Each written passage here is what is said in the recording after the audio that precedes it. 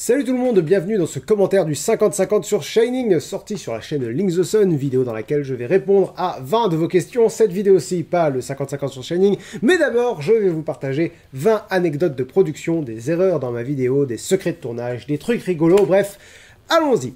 Numéro 1, à la base, je voulais écrire deux sketchs de Van Gluckenspiel dans cet épisode, l'un expliquant la règle des 180 degrés et l'autre expliquant l'ironie dramatique. Étant donné que je n'avais pas beaucoup de temps pour faire ces vidéos et que Jérémy habite toujours à Paris, ce qui rend l'organisation des tournages difficile, j'ai préféré sacrifier ces deux sketchs. Numéro 2, pour aller plus vite, j'ai cherché sur YouTube une version française de la scène de la hache pour illustrer mes propos concernant la version française du film. Quand j'ai trouvé l'extrait, je me suis demandé si c'était pas une version faite par des fans ou un faux doublage à la Mosinor, à tel point que j'ai dû aller vérifier sur mon Blu-ray s'il s'agissait bien de la vraie version française. Il s'agissait bien. Numéro 3, il y a plusieurs anecdotes de tournage du Shining dont je ne parle pas. Par exemple, je dis que Kubrick avait été très doux avec Danny Lloyd, l'interprète de Danny Torrance, mais je ne précise pas qu'il est allé jusqu'à lui cacher qu'il jouait dans un film d'horreur. Le petit Danny ne l'a appris que plus tard. Numéro 4, je me suis un peu amusé avec l'image dans cette vidéo. Comme je suis à des années-lumière de Kubrick, je vais vous dévoiler certains de mes petits bidouillages rigolos. Par exemple, les rouges sont hyper saturés sur mes plans bureau. J'ai aussi voulu accentuer les contrastes, mais apparemment certains d'entre vous ont trouvé mes plans trop lumineux, donc j'ai peut-être un peu merdé à ce niveau-là. Numéro 5, la raison pour laquelle je vous souhaite un joyeux Halloween à la fin de la vidéo, c'est que le 50-50 devait sortir une semaine avant. C'était la deadline fixée par Red Shadow Legends. Ils ont ensuite voulu décaler cette date au 1er novembre. J'avoue que ça m'a arrangé d'avoir une semaine de plus, malgré le fait que du coup j'avais dû sacrifier plusieurs sketchs pour pouvoir être dans les temps. J'ai essayé de négocier le 31 octobre pour que ça coïncide avec Halloween, mais ils ont préféré rester sur le 1er novembre, ce que je trouve fort dommage. Mais quand on fait une OP, il y a certains trucs qu'on ne choisit pas. Numéro 6, mais il y a des trucs qu'on choisit. Vous avez peut-être remarqué que l'intégration est particulièrement longue dans cette vidéo. C'est parce que je voulais caser plein de choses. D'une part, les éléments que j'aime vraiment authentiquement beaucoup dans le jeu, mais surtout, je voulais protéger un peu mon public, parce que Red est un jeu qui te pousse à dépenser, et je sais qu'on tombe facilement dans ce genre de piège. Alors, j'ai fait dire à Lloyd qu'il ne faut pas payer pour un jeu gratuit, j'ai dit j'espère que ce personnage ne deviendra pas accro, le jeu vidéo prend la place de l'alcool dans ma parodie, bref, j'ai mis plein de trucs... Bah, qu'est-ce qui se passe? Bref, j'ai mis plein de trucs dans mon script en me disant que la plupart leur plairont pas, mais que certains passeraient peut-être. Et à ma grande surprise, tout est passé. J'ai été vachement libre dans mes propos dans cette intégration et je suis assez content. Numéro 7, je sais qu'il y en a parmi vous qui cherchent des indices pour deviner le thème du 50-50. Mais comme cette fois-ci vous saviez qu'il y avait des indices à chercher, j'ai été plus subtil. Si vous regardez mes dernières vidéos sur Linksoft, vous avez pu remarquer que toutes les Funko sont dos au mur, sauf celle de Jack Torrance qui regarde la caméra. Numéro 8, je pense vraiment que Shining est le meilleur film de Kubrick, mais c'est une simple question de goût personnel, parce que franchement, vous pourriez me dire que son meilleur film est 2001 l'Odyssée de l'espace, que ce soit Eyes Wide Shut, Full Metal Jacket, Orange Mécanique ou Docteur Folamour, je pourrais l'entendre sans aucun problème. Numéro 9, on retrouve certains éléments du livre dans le film, sans la moindre explication. Par exemple, le gros livre sur la table où Jack écrit est un album qui contient toute l'histoire de l'Overlook, et Jack a décidé d'écrire un livre sur toute la vérité de l'hôtel dans le roman. Vérité, pas bien Jojo. Le personnage en costume d'ours est en costume de chien dans le roman, et il s'agit de Roger, un amant du propriétaire de l'hôtel dans les années 1920. Numéro 10, le fait que Danny porte un pull Apollo 11 et que certains ont interprété comme l'aveu de Kubrick concernant un prétendu faux alunissage de Neil Armstrong, Buzz Aldrin et Michael Collins est en fait très simplement interprétable comme le fait que Danny représente l'avenir de l'Amérique, alors que son père répète les violences du passé. Numéro 11, j'ai laissé quelques petits détails dérangeants dans mon décor dans la vidéo, pour que les plus attentifs d'entre vous les trouvent. Vous avez été relativement peu nombreux, par exemple, à remarquer que les Funko Pop disparaissaient au fur et à mesure de la vidéo, ne laissant plus que Jack Torrance à la fin.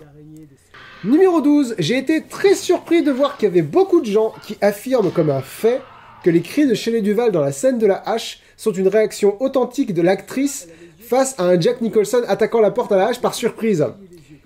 D'une part, elle est clairement dans le rôle au moment du plan, elle n'a pas l'air surprise. D'autre part, elle reste dans son rôle tout du long, elle cherche pas l'aide de l'équipe technique, de Kubrick, elle essaye pas de s'enfuir du champ, de demander à ce qu'on éteigne la caméra ou quoi. Et enfin et surtout, vous êtes sans doute dans une pièce avec une porte là. Bon, imaginons que quelqu'un frappe soudain à cette porte avec une hache. Est-ce que votre premier réflexe, ce sera de vous asseoir dans le coin adjacent à cette porte et de hurler en pleurant ? Non, ça serait pas mon premier réflexe non plus. Mais cette légende urbaine a deux mérites. Un, elle prouve bien qu'entre faux alunissage et Shelley Duvall devenant vraiment folle, Kubrick a vraiment réussi à déchaîner les imaginations et sans doute les peurs des gens. Et deux, pour que des gens croient à une ineptie pareille, faut que Shelley Duvall soit une incroyable actrice. J'ai même lu quelqu'un soutenir cette théorie avec l'argument « les cris font trop vrai pour que ce soit joué ».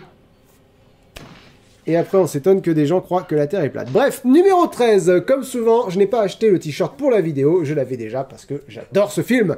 Numéro 14. Beaucoup l'ont repéré déjà, mais la réplique « je ne vois pas tant que ça et on n'en parle plus » est une référence à mon maître à penser et notre sauveur à tous, François Pérusse, auteur, interprète, créateur des albums du peuple et des 2 minutes du peuple.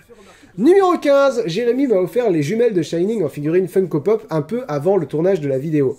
J'ai trouvé une façon sympa de les intégrer à la vidéo.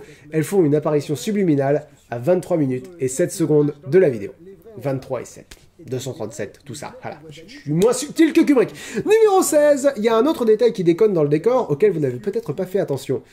Je vais pas vous révéler complètement ce que c'est. Je vais juste vous inviter à faire attention au reflet dans la fenêtre à droite de l'écran. Numéro 17, à la fin de la vidéo, je parle d'une parenthèse pour parler des choses dont je n'ai pas parlé dans la vidéo. Ça fait 3 fois parler, j'écris très mal. Bonne nouvelle, j'en ai trouvé 20, donc la prochaine vidéo sur la chaîne Link the Sun sera une parenthèse sur Shining. Et après, on passera à autre chose, hein, parce que bon, il s'agit d'aller de l'avant, tout de même. Numéro 18, je pensais que vous sauriez tous que j'allais parler de Shining ce mois-ci, parce que je vous ai laissé un énorme indice sur Instagram. J'ai commencé le mois en lisant le livre. Et vous saviez que ce serait un 50-50 sur un film d'horreur. J'ai été surpris que personne ne fasse le lien. Mais c'est peut-être parce que les gens en ont beaucoup plus rien à foutre que ce que j'imagine. Numéro 19, j'ai choisi volontairement la porte de la saga Resident Evil derrière laquelle il y a quelques zombies. J'ai même laissé 4 ou 5 frames durant lesquels ils sont visibles.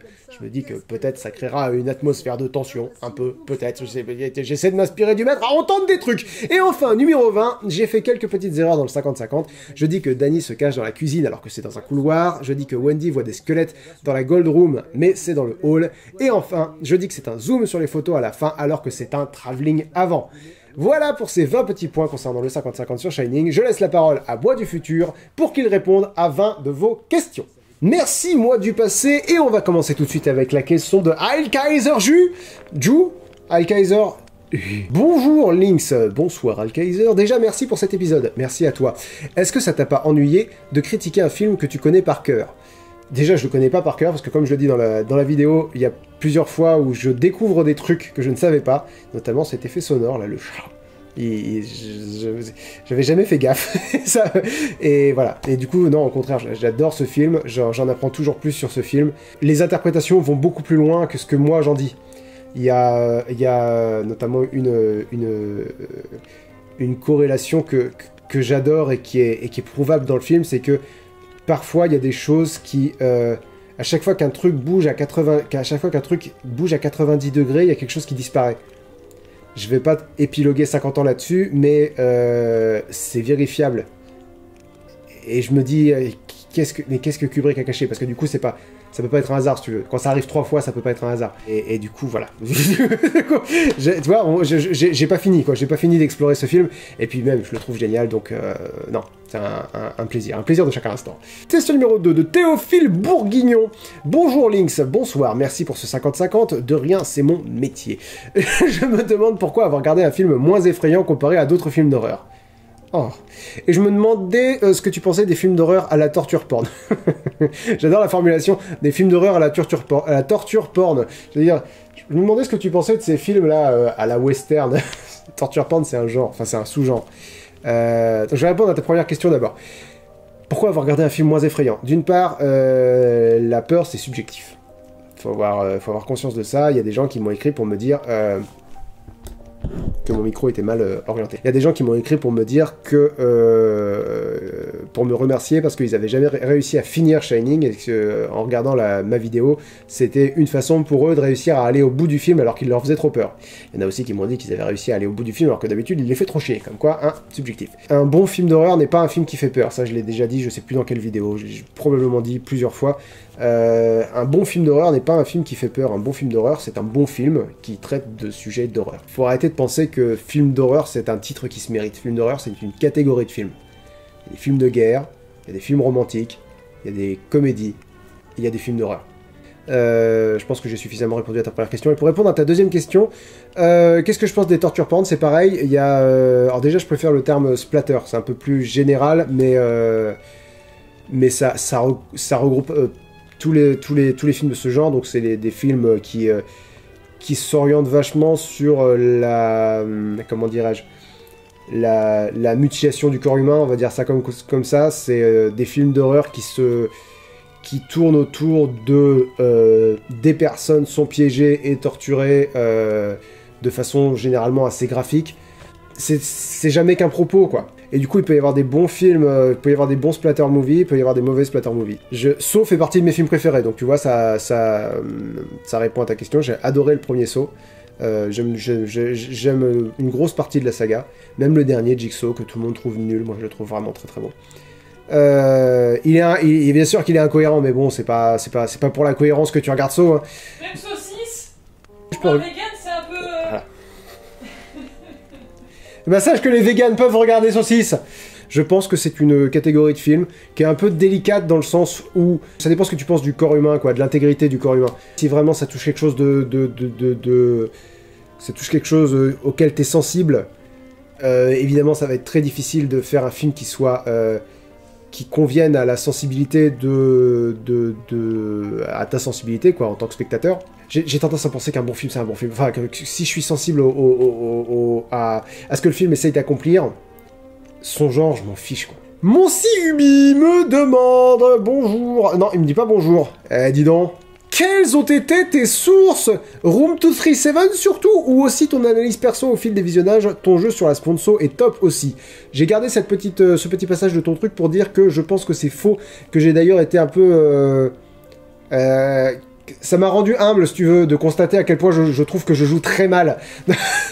en comparaison avec Jack Nicholson. Donc en comparaison avec Jack Nicholson, on joue tous très mal. Mais j'ai un petit fumé de merde sur mon interprétation de Jack Torrance dans mon intégration. Voilà, mais c'est gentil. Merci beaucoup. Nos avis divergent, n'est-ce pas? On va s'entendre sur un désaccord. On va s'accorder sur un désaccord. Quelles ont été mes sources? Alors, Room 237, j'ai voulu le voir parce que je me suis dit que ça peut être intéressant d'avoir un documentaire qui va me parler en détail du film et des différentes interprétations qu'on peut avoir. Je m'attendais vraiment à avoir un truc, tu sais, costaud, concret, bien ficelé, avec, voilà, Kubrick a mis ça, c'est à mettre en rapport avec telle autre chose dans sa filmographie. C'est de la grosse daube, Room 237, c'est incroyable. Je suis pas allé au bout parce que ça m'a saoulé. En fait, je pense pas que c'est de la daube, je pense que ça correspondait pas du tout à ce que je cherchais. C'est-à-dire que c'était vraiment dans l'optique... délire, dans l'optique, on peut voir absolument tout ce qu'on veut dans Shining. Il y a je crois que j'ai abandonné quand il y a un gars qui dit ouais, moi je suis professeur à l'université, je suis spécialiste en Seconde Guerre mondiale, et à mon avis Shining parle de la Seconde Guerre mondiale. Heureusement que t'es pas proctologue, hein, mon pote, parce que sinon Shining ça aurait été autre chose. Bref, quelles ont été mes sources? Internet. J'ai cherché plein d'infos sur internet. Il y a un site incroyablement complet, je vous mettrai le lien dans la description, qui évoque énormément de choses, beaucoup plus de choses que qui rentrent beaucoup plus en détail, quoi, dans l'analyse du film, dans les différents... la suite de Fibonacci dans la musique, le motif du Minotaure, mais aussi le motif des travaux d'Hercule, enfin... Question numéro 4 de Fabien Billet. Fabien Billet, à chaque fois je prononce ton nom de la même façon, et du coup je repère quand tu reviens. Pourquoi as-tu voulu parler de Shining en particulier et pas un autre film d'horreur? Nous y sommes, parce que j'adore ce film. Parce que c'est un de mes films préférés. Parce que je sais que j'avais beaucoup de choses à dire, j'aurais beaucoup de choses à dire dessus. Et du coup je pensais que ce serait super simple. Ce que j'ai pas calculé, c'est que j'allais avoir vraiment beaucoup de choses à dire. Du coup il allait falloir que je tasse tout ça dans une vidéo. Du coup, la vidéo est extrêmement longue, on va y revenir parce que j'ai plusieurs questions à ce sujet. Enfin, j'ai eu plusieurs questions, j'en ai retenu une. Et puis d'autre part, j'ai oublié que la moitié de la règle du jeu du 50-50, c'est de trouver 5 défauts au film. Ça s'est pas fait tout seul. Question numéro 5 de Romain Cortés, ou Escorte, je crois que c'est Cortés. Je ne suis pas fan de Shining, c'est pas grave, personne n'est parfait. Donc je me demande ce que tu as pensé de Dr. Sleep que j'ai préféré au film de Stanley Kubrick. Alors je l'ai pas vu, j'ai gardé ta question parce que beaucoup de gens me l'ont posé, je l'ai pas vu. J'ai lu le livre et j'ai été assez déçu, je me m'étais franchement déçu. Si vous voulez avoir mon avis sur le livre, j'en ai parlé dans un coin lecture dont le lien devrait s'afficher là en haut à... Tu cherches un en haut à moi, en haut à droite du cadre, il y a la poupou qui fait chier. Et du coup, j'ai pas spécialement hâte de voir le film, parce que d'une part, je vois pas comment ils peuvent faire une suite, une adaptation d'un roman de King qui s'absout complètement du film de Kubrick, puisqu'il l'a détesté, et enfin voilà, lui il a écrit la suite de son roman. Le film se revendique comme étant la suite de Kubrick en s'adaptant du roman, et je me dis ça me semble être un exercice très périlleux. En plus, j'ai pas beaucoup aimé le livre, donc je suis pas très curieux. Maintenant, beaucoup de gens m'ont dit qu'il était bon, donc je vais aller jeter un œil. Même si le seul truc que je sais du film, c'est qu'il donne une explication au fait que Jack Torrance soit dans la photo à la fin. Kubrick je paraphrase Kubrick qui a dit quelque chose, en parlant de 2001, l'Odyssée de l'espace, Kubrick a dit, parce qu'on lui faisait remarquer que c'était pas très clair son film, et il a dit, oui mais si en bas de la Joconde, De Vinci avait laissé une note, Mona Lisa sourit parce qu'elle pense à son amant, est-ce qu'on en parlerait encore aujourd'hui? L'intérêt d'une œuvre mystérieuse est dans le mystère. À partir du moment où on l'explique, il y a beaucoup moins d'intérêt. Donc ça me gave un peu que Dr. Sleep s'amuse à expliquer le film de Kubrick. Mais je vais finir par le regarder parce que je suis quand même curieux. Question numéro 6 de Jonas Gomar. As-tu lu le livre avant? Je vais te répondre maintenant. J'ai lu le livre après avoir vu le film, mais c'était il y a des années. Et si oui, vois-tu une grosse différence avec le film avec le film, si cela t'a dérangé ou si justement tu trouves qu'il a bien été mis en scène, voire même si tu t'en contrefiches et que la liberté que peut prendre un réalisateur te satisfait. C'est alambiqué ta question, champion. Alors, j'ai pas vu une grosse différence avec le film, j'ai été scotché par le fait que le livre n'avait rien à voir avec le film. Genre, mais c'est vrai ce que je dis quand je dis qu'on aurait plus vite fait de lister les différences, j'ai été surpris de voir qu'il y avait des dialogues identiques dans le livre et dans le film.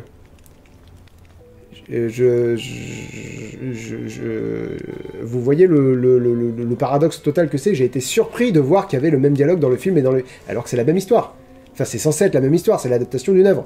C'est dire si tous les autres dialogues ont rien à voir, si toutes les autres scènes ont rien à voir, vraiment, le film Shining et le livre Shining n'ont pratiquement rien à voir. Quant à savoir si ça... Alors, la première fois que j'ai lu le livre, ça m'a vraiment... ça m'a pas choqué, mais ça m'a surpris, quoi.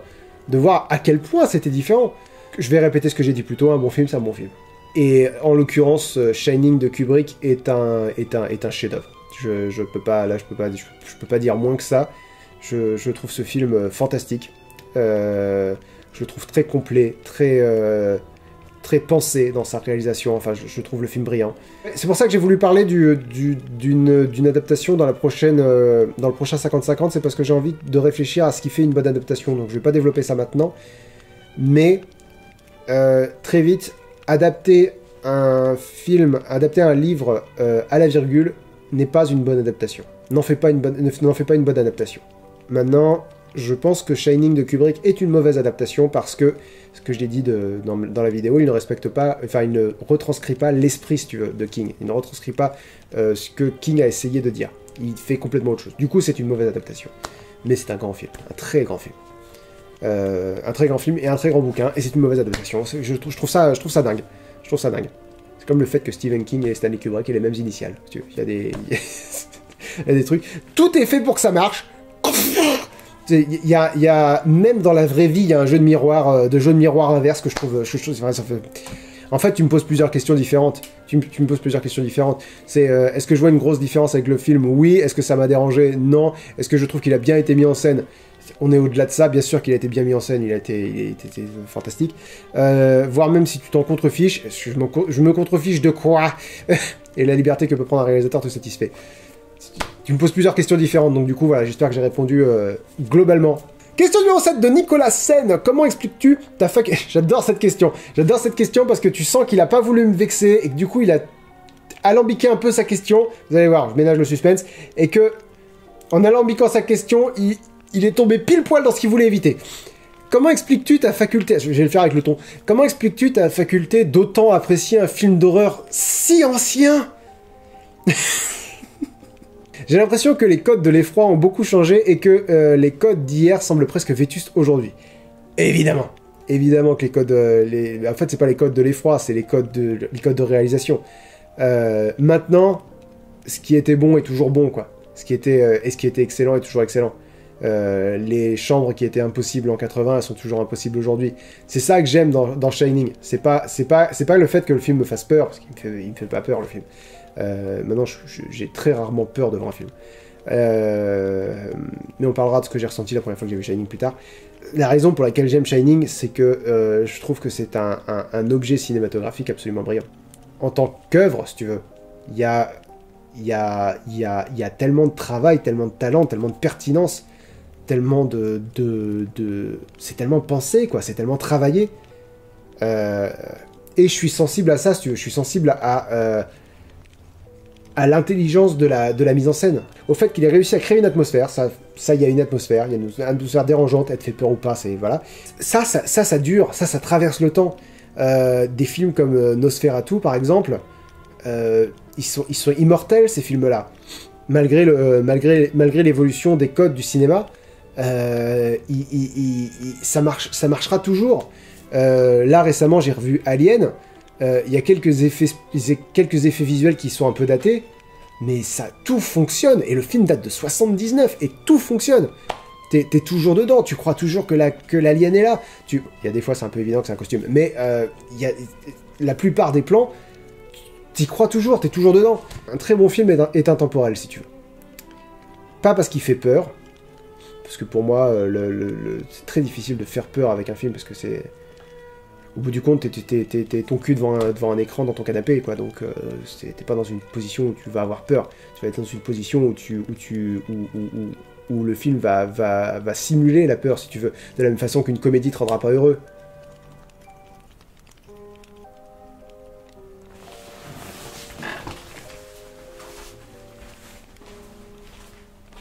De la même façon qu'un film dramatique te fera pas sombrer dans la dépression, un film d'horreur te fera pas vraiment peur.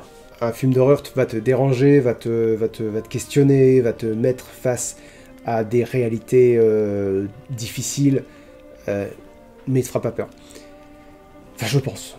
Maintenant, il y en a qui ont peur. Mais ça reste une peur très superficielle, quoi, celle que tu ressens devant les... Bref. On passe à la question numéro 8,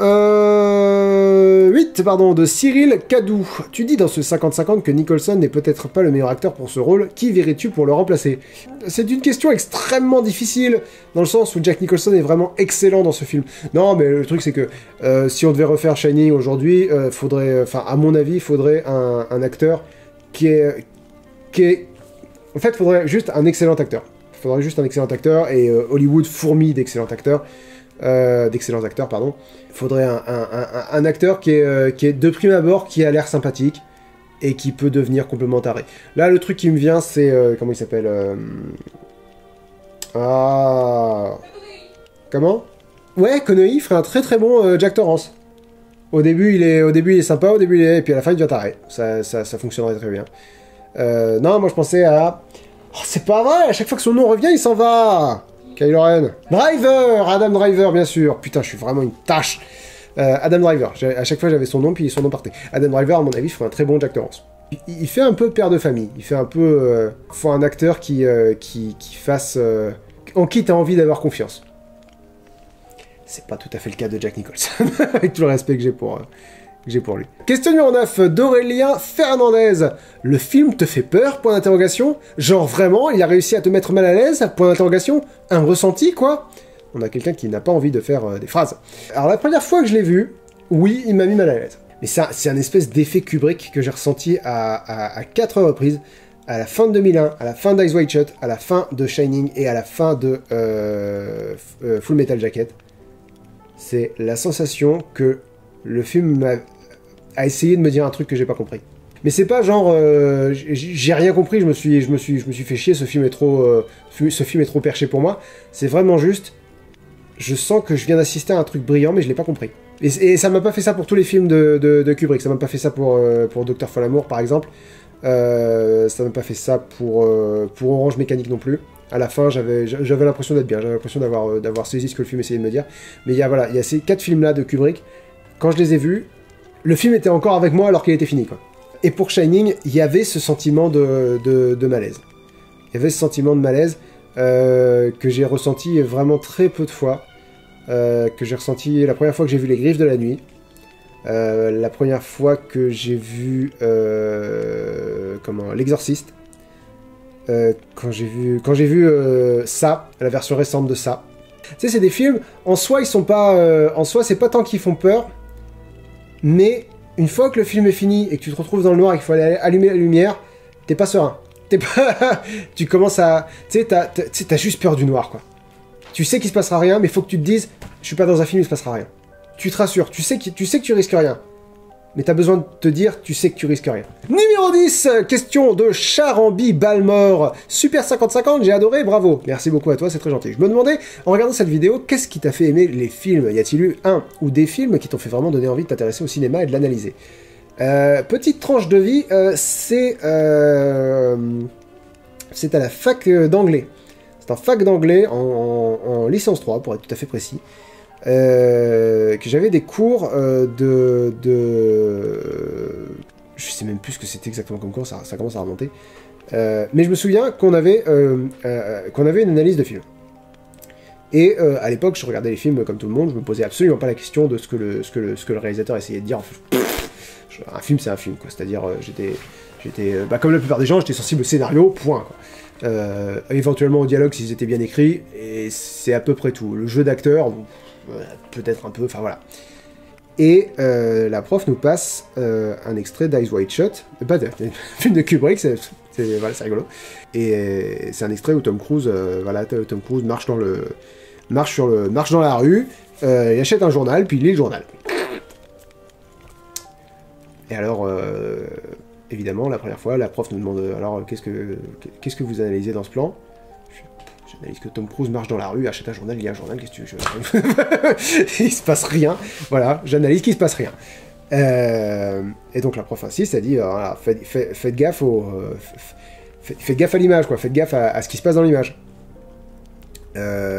Du coup, j'ai fait ce que la plupart des gens font quand ils essaient d'analyser un film, c'est-à-dire j'essaie de chercher ce qui est caché dans l'image. Je regarde dans le fond, je regarde est-ce qu'il y a deux passants dans la rue qui sont les mêmes, enfin voilà, c'est ce genre de truc. Et alors je sais plus exactement, parce que ça remonte à longtemps, je sais plus si c'est moi qui finis par remarquer ou si la prof nous fait remarquer le truc. Mais je me souviens d'un truc, je me souviens que quand il lit le journal, il y a un travelling avant.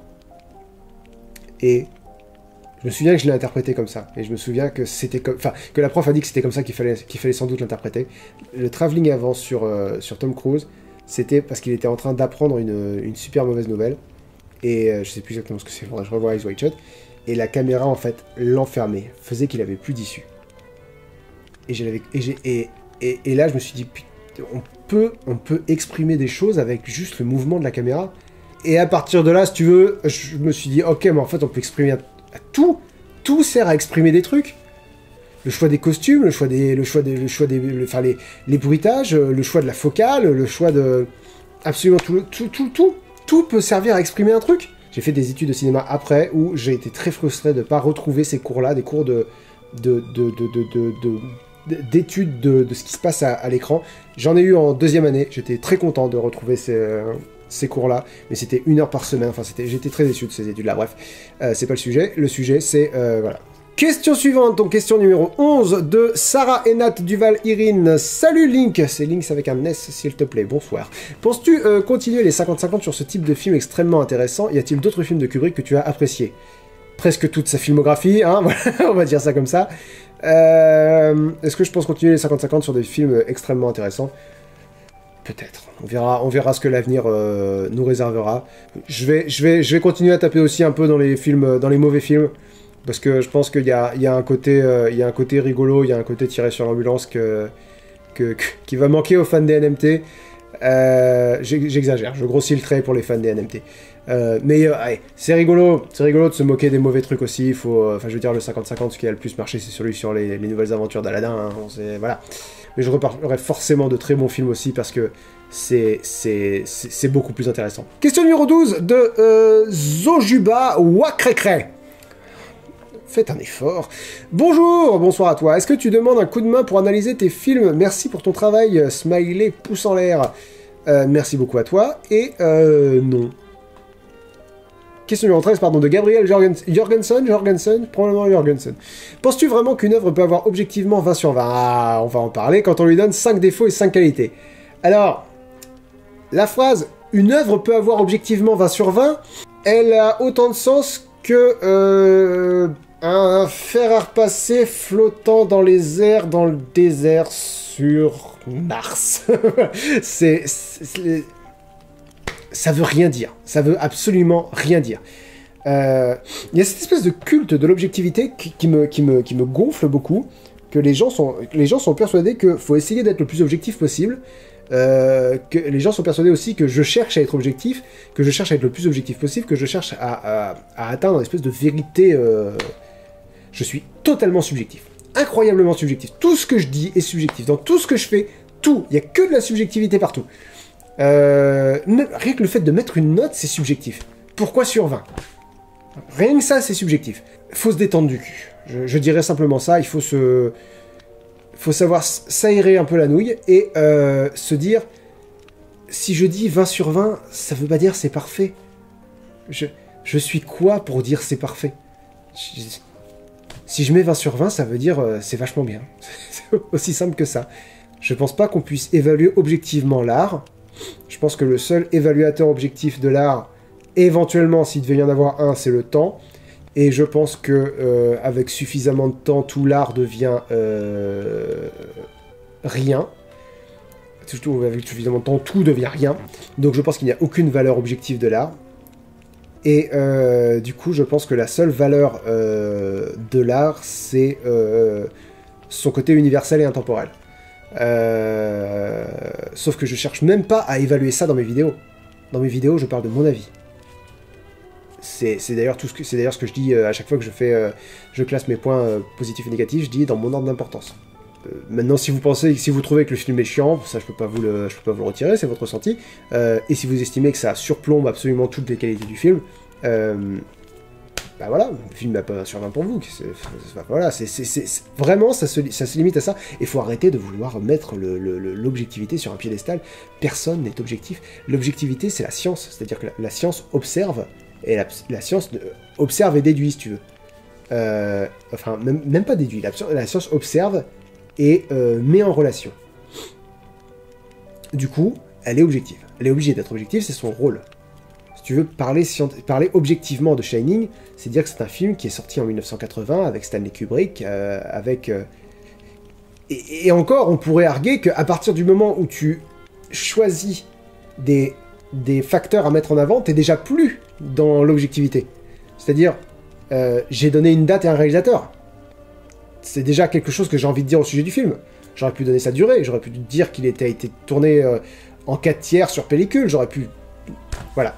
Donc pour moi, faut arrêter ça. Faut se calmer. En fait, c'est tout le débat, on dit pas c'est de la merde, on dit j'aime pas. On installe un clivage entre ceux qui aiment et ceux qui aiment pas, du coup. En disant c'est de la merde, on dit ceux qui aiment de la merde. Et ça, du coup, ça craint. C'est pour ça qu'on ne devrait pas dire c'est de la merde. Mais vraiment... Par exemple, quand je parle de Shining, que je dis c'est un bon film, je dis pas tous ceux qui pensent que Shining n'est pas un bon film sont des abrutis. Ou parce que je le pense pas, parce que c'est pas ce que je veux dire. Je parle juste de mon appréciation personnelle. Pour moi, ça devrait être une évidence, ça, que quand tu parles, quand tu affirmes quelque chose, faut pas perdre de vue le fait que c'est jamais que une personne qui affirme quelque chose. Même quand je dis des vérités genre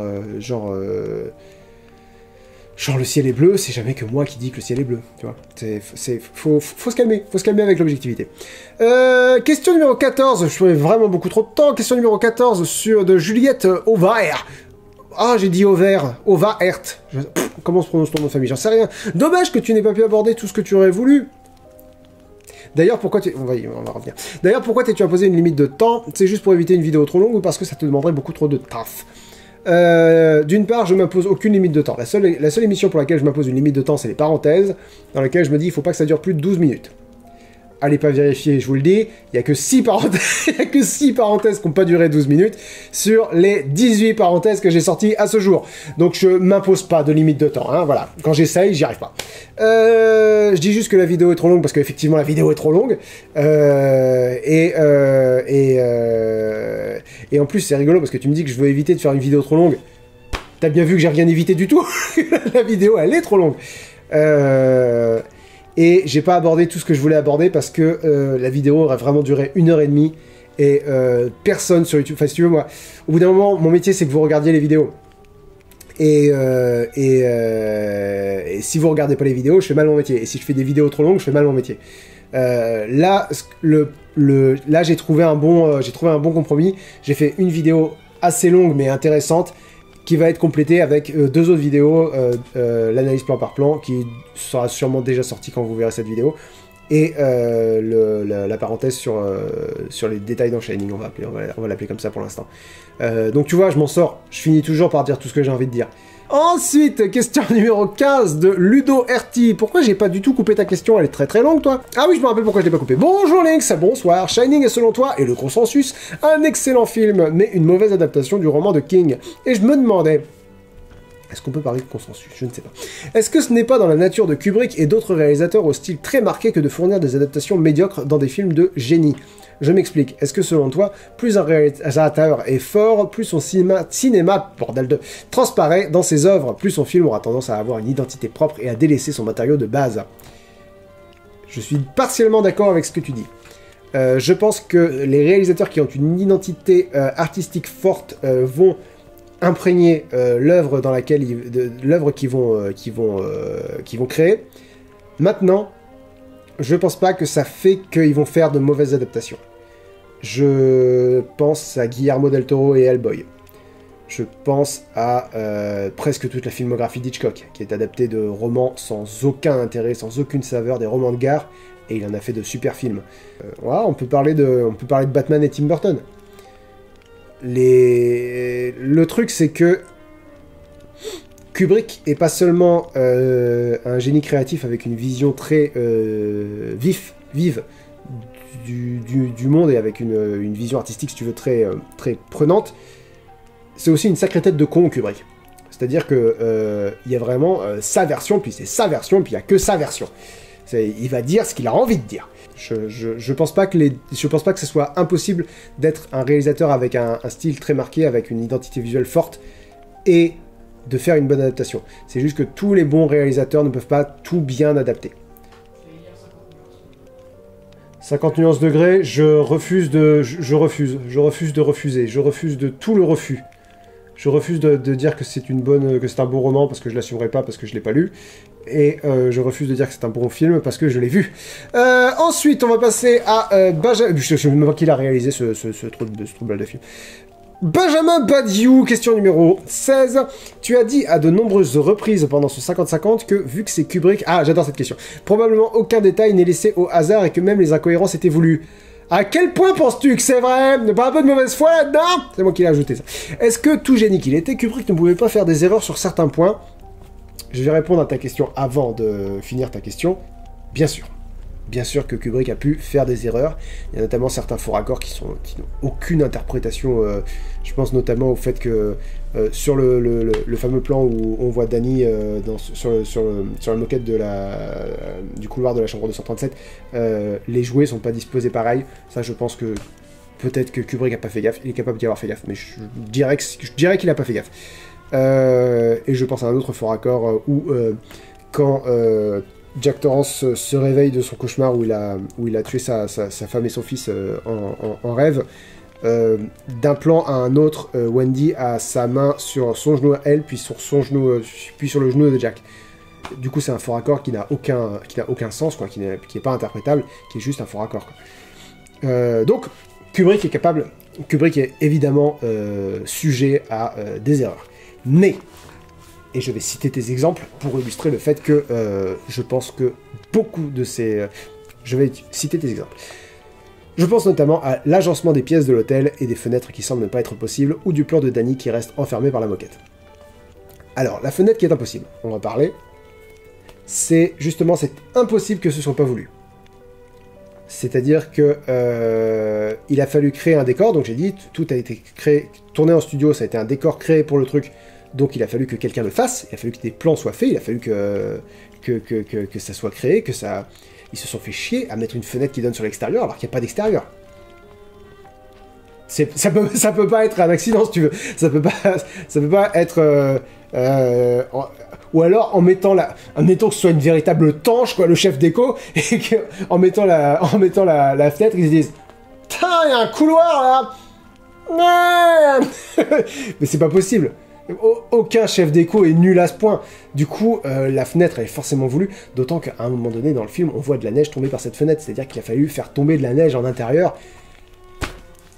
Tu vois, ça ne peut pas être une erreur. Donc ça c'est la fenêtre, mais pareil, les portes des chambres qui donnent sur qui donnent sur rien. Il a fallu créer des portes qui s'ouvrent sur rien. C'est forcément voulu, ça peut pas être, tu vois, ça peut pas être une erreur. Et ton autre exemple de Danny qui reste enfermé dans la moquette, c'est exactement pareil. Danny est en plein milieu du motif et contre-champ, il est toujours en plein milieu du motif, mais dans l'autre sens. Alors oui, ça peut être un heureux accident que Kubrick et mis... faut déplacer Danny, quoi. faut demander à Danny de jouer un tout petit peu plus à droite, et par hasard, ça tombe pile poil au milieu au milieu d'un polygone, quoi. Si ça t'arrange de croire ça, crois ça. Mais c'est exactement... j'en ai parlé avec Bruce Benamran, Bruce d'y penser. On s'est appelé, je lui ai dit que je faisais un 50-50 sur Shining, et il m'a dit, on a parlé des gens qui pensaient qu'on surinterprétait, qu'on donnait beaucoup trop de mérite à Kubrick, et qu'au bout d'un moment, il y a une incohérence. Il y a à un moment donné un appareil électronique, si tu veux, qui fonctionne, je dis pas lequel parce que je vais en parler dans la parenthèse, et qui a pas de câble. On voit pas de câble partir de cet objet et être branché quelque part. Alors, de deux choses l'une. Soit tu te dis que Kubrick a pris un truc qui ressemble à cet objet, a coupé le câble peut-être, je ne sais pas, ou a pris un truc qui ressemble sans câble, et a... bon merde, c'est une télé. Et a mis a incrusté une image dessus, ou alors... Et on parle de 1980, ça me paraît quand même vachement plus simple. Il a pris une vraie télé, qu'il a vraiment branchée, et il a dû construire un faux sol, ou je sais pas, il a dû s'emmerder pour dissimuler le câble, pour donner cette impression que il n'y a pas de... voilà, et c'est Bruce qui m'a fait remarquer ça, c'est pour ça que je parle de lui. C'est Bruce qui m'a donné cet exemple-là. Au bout d'un moment, toutes les incohérences peuvent être mises sur le compte d'une erreur de Kubrick, quoi. D'une erreur d'attention. Mais quand tu te renseignes un peu sur Kubrick, puis quand tu fais vraiment gaffe aux détails, tu te dis, c'est comme il y a des gens qui m'ont fait remarquer que enfin non, c'est pas que des gens qui m'ont fait remarquer, c'est j'ai lu quelque part que le bruit, le fameux char fantomatique là, ça peut être une prise de son seul, c'est-à-dire que quand tu fais une vidéo, pour éviter les moments où il y a des blancs, pour éviter qu'il y ait un blanc total, quoi, qu'il n'y ait vraiment pas de son dans la vidéo, t'enregistres par sécurité le son de la pièce dans laquelle tu tournes pour mettre un bruit vide, si tu veux, un bruit de pièce vide sur les passages où il n'y a pas de son. Et des gens ont dit, c'est peut-être ça, sauf que sur la piste, il y avait un petit bruit parasite et que c'est ça qu'on entend.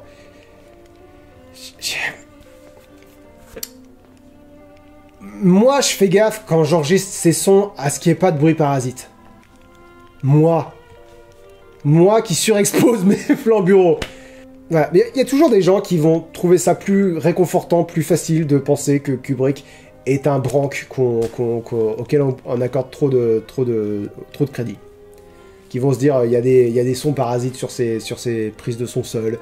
Il y a des portes qui donnent sur pas de chambre parce que il voulait qu'il y ait des portes et puis il s'est pas rendu compte qu'il n'y avait pas de chambre. Voilà. Écoute, si ça te rassure de penser que Kubrick est un demeuré, pense-le.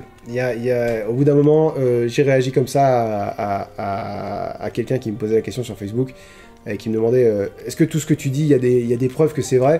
Je dis non, il n'y a pas de preuves. Bien sûr que non, il n'y a pas de preuves. Kubrick, ce que je lui ai répondu, Kubrick n'a pas laissé une petite note qui dit j'ai mis ce bruitage pour que ça fait peur. Non, il n'y a pas de... Voilà. Il n'y a pas de vérité. Il n'y a pas de preuve. Alors tu crois ce que tu veux. Et si ça te rassure de croire que Kubrick est une tanche, poupou. Donc voilà, si ça te rassure de penser que... Enfin, si t'imagines que Kubrick a pu laisser passer des trucs aussi énormes que qu'une table et une chaise qui disparaissent, ou qu'une télé qui a pas de câble, et en se disant oh, personne ne le verra, pense-le. Moi, je le pense pas. Parce que c'est tellement incroyable que les gens, ils croient pas, tu vois. Bah, c'est surtout que, effectivement, il y a un côté très simple à se dire, ah, attends, c'est un faux raccord, quoi. Le mec, il a merdé, c'est bon, voilà. Mais dans le cas de Kubrick, le gars fait quand même vachement gaffe aux détails, quoi.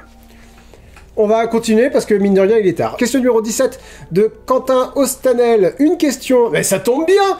Je ne sais pas si tu es familier avec les écoles Actor Studio de Stanislavski ou celle de Tchekhov. Je ne connais que ça. Je plaisante, je me fais plus con que je suis. J'en ai entendu parler. J'ai les bases. Voici donc ma question. Que penses-tu de cet acting à l'américaine? Globalement, parce que j'ai squeezé une grosse partie de ta question parce qu'elle était longue, il s'agit d'incarner son personnage même quand la caméra tourne pas. Et j'ai gardé ta question alors que ma réponse a aucun intérêt parce qu'il me fallait 20 questions et que j'ai vu que celle-là suscitait un petit peu d'intérêt. De très grands acteurs l'utilisent, d'autres très grands acteurs l'utilisent pas. Je suis personne pour dire est-ce que c'est bien ou pas. Robert De Niro, il l'utilise. Sir Ian McKellen, il l'utilise absolument pas. Il y a des acteurs qui préfèrent rester tout le temps dans le personnage. Je pense que Jim Carrey, il me semble que Jim Carrey aime bien rester dans le personnage. Maintenant, c'est vrai que ça peut être controversé dans le sens où il y a des acteurs qui deviennent cinglés avec ça. Je pense notamment à Heath Ledger. On peut pas dire que c'est le rôle du Joker qu'a tué Heath Ledger, c'est un raccourci vraiment très grossier. Mais voilà, il y a des acteurs qui se mettent vraiment mal, quoi, pour rentrer dans leur rôle. C'est des professionnels, ils savent ce qui est mieux pour eux. Ils savent comment aborder leur métier, si tu veux. Ils sont beaucoup plus calés que moi pour répondre à ce genre de questions. Question suivante, question numéro 18 de Alex J. Quelles sont tes méthodes pour analyser une scène et comprendre les intentions du réalisateur dans la mise en scène, lumière et composition des plans? Il y a beaucoup plus d'éléments que ça. Deux choses. Je résume ça en deux choses. D'une part, il y a qu'est-ce que je ressens et pourquoi je le ressens. Donc d'abord, tu pars de toi. Ensuite, tu vas chercher ce qui est en toi dans l'image. Parce que ce que tu ressens, ça peut venir en partie de ton histoire, ça peut venir en partie de toi, quoi, de ce qui fait toi. Mais c'est provoqué par quelque chose qu'il y a dans le film. Je dis l'image, mais il y a le son. Ou alors, tu fais l'inverse. Tu pars de l'image et tu déduis des trucs. Genre par exemple, même si tu trouves qu'un film est chiant, tu peux te poser la question, pourquoi est-ce que je trouve qu'il est chiant? Et là, faut pas dire, parce qu'il se passe rien, des acteurs sans mots, tu comprends, quoi. Comprends ce que tu ressens. Comprends ce que tu ressens, quoi. Ça peut être parce que les plans sont longs. Si les plans sont longs, pourquoi ils sont longs? Ça peut être parce que les acteurs sont inexpressifs. Si tu regardes un film avec des acteurs confirmés, demande-toi pourquoi est-ce qu'ils sont inexpressifs. Demande-toi si ils sont inexpressifs. Si c'est parce que tu as l'impression que dans le scénario il se passe rien, demande-toi... il se passe jamais rien dans le scénario, c'est pas possible. C'est-à-dire que même les scènes où il se passe rien, où il se passe effectivement rien, il se passe pas rien. Tu vois, je pense à un des plans du début dans Le Bon, la Brute et le Truand. Je crois que c'est Le Bon, la Brute et le Truand. C'est peut-être Il était une fois dans l'Ouest. Je suis très mauvais en western. La scène où ils sont trois et qui se regardent et qui se demandent lequel va tirer le premier. Voilà, cette scène-là, qui doit exister dans plusieurs westerns. Je m'embrouille. Il se passe rien. Ils se regardent. Mais il se passe pas rien. Genre moi par exemple, là j'ai fait l'analyse plan par plan là, de la scène où Jack tape sur sa machine à écrire. La première impression que ce plan d'ensemble m'a donné, c'est il est pas seul dans cette pièce. Et je me suis dit pourquoi je pense qu'il est pas seul dans cette pièce? Parce que le plan large me montre qu'il est seul dans cette pièce. Et là je commence à regarder les trucs. Je me dis tiens c'est marrant, cette lumière là elle est éteinte. Je me dis tiens c'est marrant, la caméra avance. Est-ce que c'est pas ça qui me fait me dire qu'il est pas seul dans cette pièce? Ça peut quoi, ça peut. Et là, faut avoir confiance en toi. Faut te dire, c'est peut-être ce que l'auteur, ce que le réalisateur a voulu dire. Sachant que tu seras jamais sûr. De toute façon, t'es seul avec ton interprétation. C'est exactement comme devant un tableau. C'est il y a ce que l'auteur, il y a ce que le peintre a voulu montrer, mais il est pas maître de ce que ça va provoquer chez les gens. Et c'est en ça que l'art, c'est fantastique, c'est cette articulation entre l'auteur et le spectateur par le biais d'une œuvre, et tout est cristallisé à partir de là. Enfin, je trouve ça très très cool. Donc voilà, pour comprendre un film, c'est très très simple, suffit de t'écouter et suffit de regarder et écouter le film. C'est vraiment aussi simple que ça. Et de te demander pourquoi. Tout est choisi. Alors si tu trouves rien, si tu déduis rien, mais peut-être qu'il n'y a rien, hein. Des fois il y a des films qui sont d'une pauvreté créative folle. Mais si tu regardes un film d'un réalisateur que tu sais bon, pose-toi des questions. Voilà, c'est aussi simple que ça. Pose-toi des questions sur ton ressenti et le film. Question suivante de 19 du coup, de Pic à Chou. Salut Lynx, bonsoir Pic. Sache que ce 50-50 était vraiment génial. Smiley, no problème. Merci beaucoup. Mais je me demandais donc, depuis l'annonce que tu ne ferais plus de NMT, est-ce que tu ressens bien plus de plaisir à travailler sans avoir la pression de ceux qui veulent du NMT? Oui. Oui. C'est pas tant la pression de ceux qui veulent des NMT, parce que ceux-là, ils sont toujours là, c'est-à-dire que je continue d'avoir des demandes de NMT, et je dois répondre, j'en fais plus. Généralement, les gens sont très compréhensifs, d'ailleurs, ça fait du bien.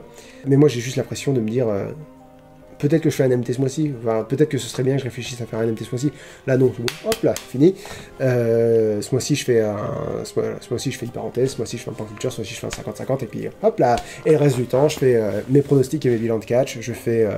mes coins lecture, je fais les trucs qui me plaisent, et ouais, c'est une sacrée libération.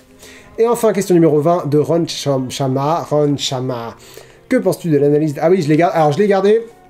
C'est pas, voilà, c'est pas méchant, faut pas voir une agression quoi que ce soit dans cette question, c'est juste que j'y réponds parce que beaucoup de gens m'ont demandé. Que penses-tu de l'analyse de Durandal sur Kubrick et ou Shining en particulier? Je ne l'ai pas vu et j'ai aucune intention de la regarder. Voilà, je réponds... Aucune animosité, hein, pas insultant envers son travail ou quoi, parce que les gens ont tendance à surinterpréter quand voilà. Et je suis pas très délicat dans ma façon de dire. Donc je dis juste, voilà, j'ai pas l'intention de la regarder. Et j'y réponds simplement parce que beaucoup de gens m'ont posé la question. C'est tout. Ça a été beaucoup plus long que ce que j'avais anticipé. Merci à tous d'avoir regardé cette vidéo. On se donne rendez-vous bientôt pour... Oh, mais je sais pas, puis vous m'emmerdez à la fin. On se donne rendez-vous bientôt pour le bilan de Full Gear, pour ceux qui suivent le catch, parce que j'imagine que cette vidéo sortira avant. On se donne rendez-vous pour plein de choses. Abonnez-vous à Link the Sun et à Linksoft. Pour Link the Sun, ça va être la parenthèse sur les 20 détails qui tuent dans Shining. Je sais pas comment je vais l'appeler. J'aime bien, parenthèse sur les 20 détails qui tuent dans Shining. Abonnez-vous à Linksoft pour ne pas rater plein de choses. J'ai plein de trucs qui arrivent, notamment le coin lecture. Le coin lecture sortira forcément après cette vidéo. Et d'ici là, je vous souhaite à tous une très bonne fin de journée et je vous dis portez-vous bien. Voilà, plein de bonnes choses sur vous, plein de bonnes choses. Salut tout le monde.